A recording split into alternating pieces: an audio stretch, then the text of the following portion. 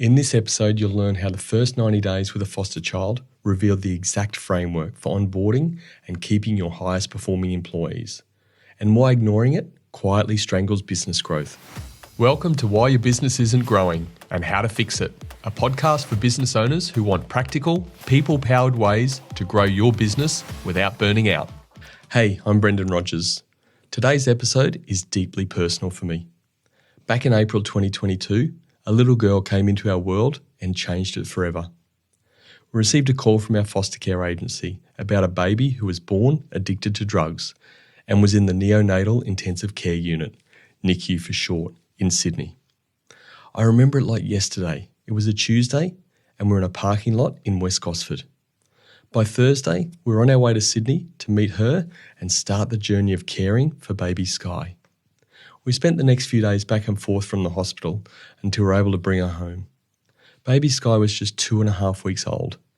We left the NICU with a dosage schedule, a bag of syringes, and a bottle of morphine, which was a pain relief as she was withdrawing from drugs. We'd never done this before and were basically told that missing a morphine dose meant her nervous system would light up like a pinball machine. We never missed a dose, but we saw the effects of drug withdrawal on a helpless baby, and it's not something I would wish for anyone to see. The shaking and high-pitched cry is something that I'll never forget. For the first month, Tracy and I ran life on a hospital-grade timetable. Alarms at 2 a.m, 8 a.m, 2 p.m, and 8 p.m. for medication. Feeding sometimes fell in line with medication alarms, but often not. Feed, dose, cuddle, repeat. Our only KPI, keep Sky feeling safe, secure, and regulated. Heartbeat steady, crying soothed, nothing else mattered. In month 2, the medication frequency stayed the same, but the dosage slowly reduced. Sky's tremors started to ease, her eyes began to track us around the room. We shifted from survival nurses to curious coaches, strengthening our connection, playing gentle and soothing music, and seeing her progress as little wins in the journey. Check-ins were weekly with the paediatrician, and we watched her cues and adjusted. By month 3, the medication frequency was reducing as well as the dosage. Sky could self-soothe and was starting to smile.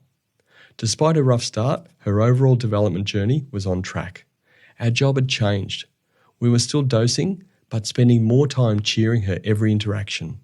Fortnightly paediatrician check-ins, lots of play and tummy time, and celebratory selfies whenever she did anything remotely cute, which was really often. Fast forward to her first birthday, medication's long gone, chubby cheeks are in, she has beautiful blue eyes and a laugh that could floor you, all because the first 90 days weren't left to chance. They were engineered for attachment. And neuroscience backs it up. Child psych expert Dr. Bruce Perry calls it the regulate, relate, reason cycle. Safety first, connection second, and challenge third. Safety first, or regulate, is about reducing cortisol before you introduce complexity. Connection second, or relate, it's shared smiles and consistent presence. And challenge third, reason.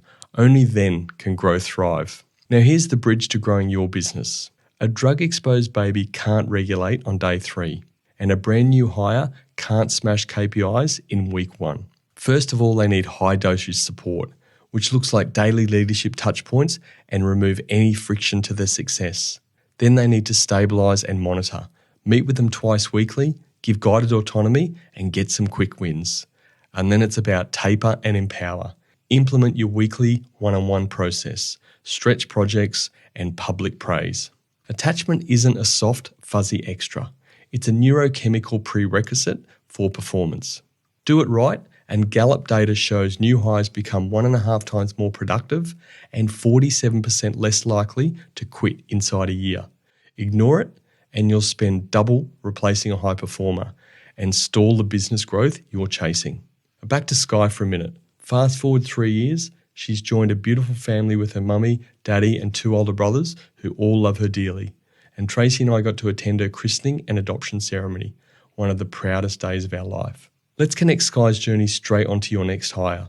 Keeping with the attachment theme, let's call it the 90-day workplace attachment cycle. From days 1 to 30, which is the safety period, The leader needs to make sure they've got a one-page performance agreement which shows what success looks like for the new hire, plus have a 5 to 10 minute micro check-in every single day. This means the employee will know the rules going forward. And the win for the business, well, the amount of time to productivity is reduced because questions never pile up. Days 31 to 60 is about connection. The leader needs to learn their story, learn the new hire's story, and share yours. Pair up on a quick, winnable project. This helps the employee to feel like they belong. And the win for the business, well, collaboration. And collaboration sparks fresh ideas, and ideas feed business growth. Days 61 to 90, this is the challenge time. The leader should hand them a real customer problem or a business improvement opportunity with guardrails and shift to weekly coaching. This leaves the employee feeling like they're trusted. And the win for the business? Well, innovation and autonomy. And these are the rocket fuel for growing your business. Right after this episode, I want you to add the following steps to your onboarding process. Firstly, do a daily 5 to 10 minute check-in for the first 30 days. Have twice weekly progress chats from day 31 to 60. And implement weekly performance one-on-ones from day 61 to 90 and ongoing. Get this done now. Future you and your future star employee will thank you for it. Small improvements every day. That's how serious growth happens. Guard that 90-day window and staff engagement skyrockets, turnover plummets, and business growth finally accelerates. I'm Brendan Rogers, and this is why your business isn't growing and how to fix it. If today's episode hit home, follow the podcast and share it with another leader who's hungry to grow their business without burning out. Until next time, grow yourself, grow your business.